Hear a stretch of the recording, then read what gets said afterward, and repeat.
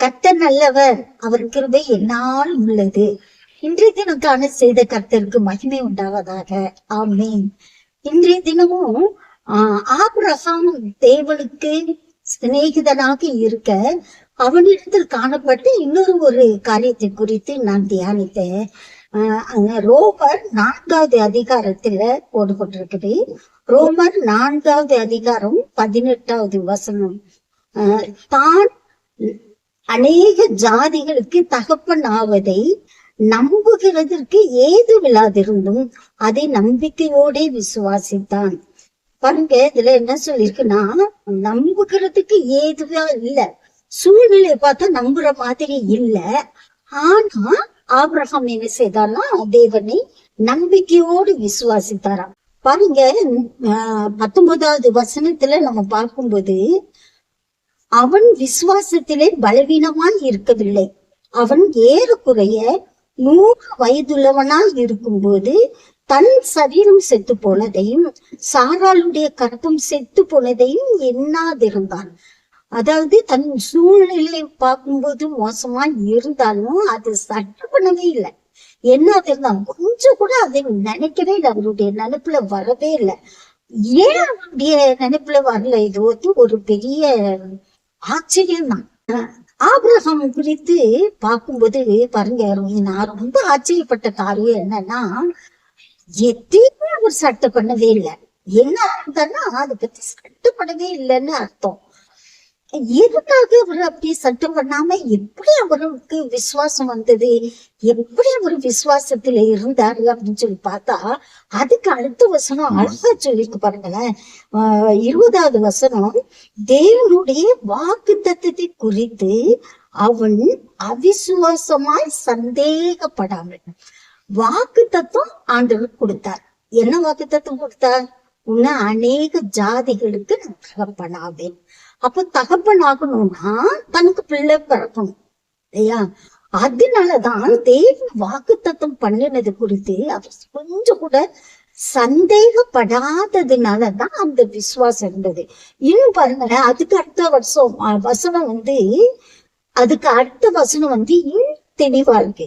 தேவன் வாக்கு தத்துவம் பண்ணினதை நிறைவேற்ற வல்லவராய் இருக்கிறார் என்று முழு நிச்சயமாய் நம்பி தேவனை மகிமைப்படுத்தி விசுவாசத்தில் வல்லவனானான். இந்த வருஷத்துல 3 காரியம் நான் பார்த்தேன். என்னன்னா, ஃபர்ஸ்ட் வந்து முழு நிச்சயமாய் நம்புறார். வாக்கு தத்துவம் கொடுத்த ஆண்டவர் செய்வார் அப்படின்னு முழு நிச்சயம், முழுமையா ஒரு நிச்சயம் அவருக்கு இருக்கு. எபிரேயர் 11வது அதிகாரத்துல நம்ம பாக்குறோம்ல, விசுவாசமானது நம்பப்படுகிறவைகளின் உறுதி, காணப்படாதவைகளின் நிச்சயம். அப்போ பார்க்கறது வந்து விசுவாசம் இல்ல, நம்ம பார்க்காதது நடக்கும் அப்படிங்கிற நம்பிக்கை தான் விசுவாசம். ஆபிரகாம்கிட்ட அந்த விசுவாசம் இருந்துச்சு. அதனாலதான் அவரு என்ன செஞ்சாருன்னா, வாக்கு தத்துவத்தை குறித்து அவர் சந்தேகப்படவே இல்லை. அடுத்தது பாருங்களேன், அவன் தேவனை மகிமைப்படுத்தி அடுத்த காரியம் என்ன செய்யறாருன்னா, நம்புறது மட்டும் இல்ல, அடுத்தது தேவனை மகிமைப்படுத்துகிறார். அதாவது நான் என்ன நினைக்கிறேன்னா, ஆண்டவர் சொன்னாரு ஒரு முறை இரவு, ஆபிரகாமே உன் கூடாரத்தை விட்டு நீ வெளியே வா, வானத்தை பாரு, வானத்து நட்சத்திரங்களை ஒன்னால என்ன கூடுமானா நீ எண்ணு அப்படின்னு.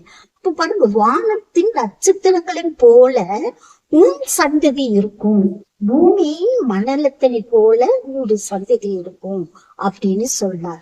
நானு இதை பார்க்கும்போது நான் என்ன யோசித்தேன்னா, ஆபிரகாம் வந்து டெய்லி நைட்டு வானத்தை பார்த்துருப்பாரு, நட்சத்திரங்கள் எல்லாம் பார்த்துருப்பாரு. தேவன் சொன்னதே அவருக்கு ஞாபகம் வந்துருக்கும். கண்டிப்பா வானத்தின் நட்சத்திரங்களை போல உன் சந்ததியை பெருக்க பண்ணுவேன்னு சொன்னாரு. இதே மாதிரி என் சந்ததி பெருகும், என் சந்ததி பெருகும். அதே மாதிரி கீழே பூமியின் மண்ணை பார்க்கும்போது இதே மாதிரி என் சந்ததி பெருகும். ஆண்டவர் சொன்னா கண்டிப்பா செய்வார், நிச்சயமா செய்வாரு அப்படிங்கிற ஒரு தேவனை மகிமைப்படுத்தணும். ஆண்டவர் செய்வார், தேவனால் முடியும், தேவனால் முடியும். வாக்குத்தத்தம் பண்ணினவர் நிறைவேற்றுவார், வாக்கு மாறாதவர், அவர் வாக்கு தத்தங்களில் உண்மை உள்ளவர், வாக்கு தத்தத்தின்படி செய்வார் செய்வார் செய்வார்னு சொல்லி தேவனை மகிமைப்படுத்தினார். அடுத்தது பாருங்களேன், விசுவாசத்தில் வல்லவனாங்க. இப்போ நமக்குள்ள விசுவாசம் அதிகமா, சந்தேகம் இல்லாம ஒரு விசுவாசம் நமக்குள்ள வேணும்னா வாக்கு தத்தத்தை கொடுத்த ஆண்டவர் முதல்ல நம்ம நம்பணும். அடுத்தது தேவனை மகிமைப்படுத்தணும். எந்தெந்த காரியத்துக்கெல்லாம் வாக்கு தத்துவம் கொடுத்தாரோ அது நிறைவேறாதனால் பரவாயில்ல, அதை பத்தி சட்டையே பண்ணக்கூடாது. ஆபிரகாம் அதை எண்ணாது இருந்தார், சரீரம் செத்து போனது என்னாது இருந்தார். அது மாதிரி நம்ம சூழ்நிலைய நம்ம பார்க்கவே கூடாது, அதை நினைக்கவே கூடாது. அதுக்கு பதிலா ஆண்டவர் வாக்கு தத்துவத்தை நிறைவேற்றுவார் நிறைவேற்றுவார். அவர் உண்மை உள்ளவர், அவர் நிச்சயமா செய்வார், கண்டிப்பா நிறைவேற்றுவார்னு சொல்லி தேவனை மகிமைப்படுத்தி கொண்டே ஆபிரகாம் இருந்தார். இன்னைக்கு இந்த தியானத்தின் மூலமா நானும் இதை தான் கற்றுக்கொண்டேன். என் வாழ்க்கையில நிறைய வாக்கு தத்தங்கள் ஆண்டவர் நிறைவேற்றிருக்கிறாரு.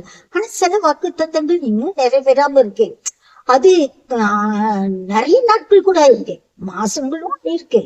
அப்போ இந்த வாக்கு தத்தங்கள்லாம் நிறைவேறாம இருக்குது. சில சமயம் ஆண்டவர் எனக்கு கொடுத்த வாக்கு தத்தங்களை நான் மறந்தும் போயிருக்கேன். இந்த நேரத்துல நான் சொல்லணும்னா, சில காரியங்களை ஆண்டவர் வாக்கு தத்தம் கொடுத்ததே வாக்கு தத்தத்தையே மறந்து போயிருக்கேன். நான் இன்னைக்கு காலையில நான் இந்த வசனங்களை தியானிக்கும் போது ஏசப்பா, காலங்கள் இவ்வளவு கடந்து போனாலும் அதை பத்தி நான் சட்டை பண்ண மாட்டேன். வாக்கு தத்துவம் கொடுத்தவர் நிச்சயமா நிறைவேற்றுவேன். என் வாழ்க்கையில நீங்க குறித்த காரியங்கள் எல்லாம் நடக்கும் அப்படின்னு சொல்லி நான் மகிமைப்படுத்தி கொண்டே இருப்பேன் அப்படிங்கிற ஒரு பாடத்தை நான் கற்றுக்கொண்டேன். அதனால உங்களுக்கும் நான் சொல்றேன், வாக்கு தத்தங்கள் ஆண்டவர் நமக்கு கொடுத்திருக்கிறார். நம்ம வாழ்க்கையில நம்ம சூழ்நிலைகளை நம்ம கொஞ்சம் கூட பார்க்கவே கூடாது. எனக்கு ஆபிரகாமுக்கு பிடிச்ச ஒரு குணம் இதுதான். சாராளின் கற்பம் செத்து போனதையும் அவனுடைய சரீரம் செத்து போனதையும் என்னாது இருந்தா இந்த வசனம் என் வாழ்க்கையில நான் மறக்கவே மாட்டேன். அதனால நம்முடைய சூழ்நிலைகளை நம்ம நினைக்காம அதுக்கு பதிலா ஆண்டவருடைய வல்லமையை நினைத்து ஆண்டவருக்கு நம்ம மகிமை கொடுக்கணும். கர்த்தரை மகிமைப்படுத்தும் போது கர்த்தர் மகிமைப்படுத்துகிற எந்த ஸ்தானத்திலும் நான் ஆசீர்வதிப்பேன் தானே சொல்லி இருக்கிறாரு. சீக்கிரத்துல ஆண்டவர் நமக்காக வைத்திருக்கிற வாக்கு தத்தங்கள் நம்ம வாழ்க்கையில நிறைவேறும். நான் ஆண்டவருக்கு ரொம்ப நன்றி சொன்னேன். இப்பொழுது நம்ம ஒரு சின்ன நன்றி ஜெபத்தை நம்ம செய்யலாம். அன்பின் ஆண்டவரே, எங்க வாழ்க்கையிலையும் நீங்க எத்தனையோ வாக்கு தத்தங்களை கொடுத்திருக்கிறீங்க. அந்த வாக்கு தத்துவத்தை நீங்க ஞாபகத்துல வச்சிருக்கிறீங்க. ஆனா நான் எத்தனையோ சமயம் நீங்க கொடுத்த வாக்கு தத்தங்களையே மறந்து போயிருக்கிறேன் சப்பா. ஏன்னா நிறைவேறதுக்கு கால தாமதமாக்குறதுனால அதையே நான் வாக்கு தத்தத்தையே மறந்து போயிருக்கேன் சப்பா. இன்னைக்கு காலையில எனக்கு நீங்க உணர்த்தினதற்காக நன்றி. ஆபிரகாம் மூலமாக நான் இந்த பாடத்தை கற்றுக்கொள்ள எனக்கு உதவி செய்ததற்காக நன்றி. நீங்க கொடுத்த வாக்கு தத்துவம் நிச்சயமா நிறைவேறும். நீங்க அதை மறக்கிறதே ஒண்ணும் இல்ல ஆண்டவரே. நீங்க அது நிறைவேறாமல் போகிறதுக்கு உங்களுக்கு சக்தி இல்லாத தேவனும் இல்ல. நீங்க ஆண்டவரே சகல வல்லமை படுத்த தேவன், ஞாபகத்துல வைத்திருக்கிற தேவன், எனக்கு என்று நீங்க வைத்திருக்க காரியங்களை எல்லாம் நிறைவேற்ற வல்லமை உள்ள தேவன். ஒவ்வொரு நாளும் ஆபிரகாமை போல ஆண்டவரே நம்மை நினைத்து உம்முடைய வல்லமையை நினைத்து உமக்கு நன்றி செலுத்தியே நான் இன்னும் விசுவாசத்துல நான் பலப்பட உதவி செய்ய இந்த வீடியோவை பார்க்கிற ஒவ்வொருவரும் அதே போல ஆண்டவரே உண்மை மகிமைப்படுத்தி ஆண்டவரே தங்களுடைய சூழ்நிலையை கருதாமல் எண்ணாமல் ஆண்டவரே உண்மை மகிமைப்படுத்தி நீ தேவரே சகலத்தையும் செய்ய வல்லவராக இருக்கிறேன். ஆண்டவரே நாங்க நம்பி உண்மை மகிமைப்படுத்தி நாங்க ஆண்டவரே விசுவாசத்துல வல்லவர்களாக காணப்பட உதவி செய்யும். சீக்கிரத்துல எங்க வாழ்க்கையில நீங்க எல்லா வாக்கு தத்தங்களையும் நிறைவேற்றுவீங்க ஏசப்பா. நீங்க வல்லமை உள்ள தேவன் ஏசப்பா. கூடாத காரியம் ஒன்றுமே இல்லை ஏசப்பா. உங்களுக்கு நன்றி செலுத்துகிறோம். தொடர்ந்து எங்களை காத்துக் கொள்கிறார்கள். இயேசு மூலம் தாழ்மையோடு வேண்டிக் கொள்கிறோம் பிதாவே. ஆமென்.